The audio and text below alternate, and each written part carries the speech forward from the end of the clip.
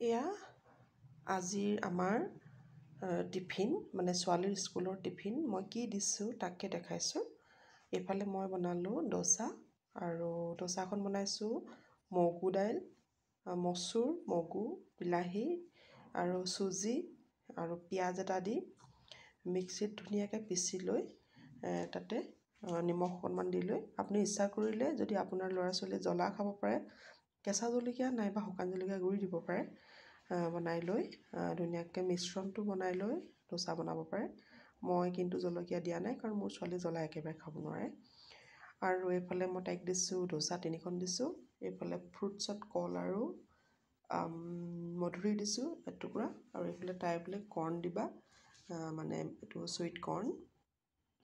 গতিকে তাই আজি টিফিনটো এই ধৰণৰ আৰু হেল্ডি হ'ব লাগে। লগতে স্কুলত এটা নিয়ম আছে ফ্ৰুটছ আৰু হেল্ডি খানা দিয়াটো এটা নিয়ম। গতিকে মই আজি এই ধৰণে বনালোঁ।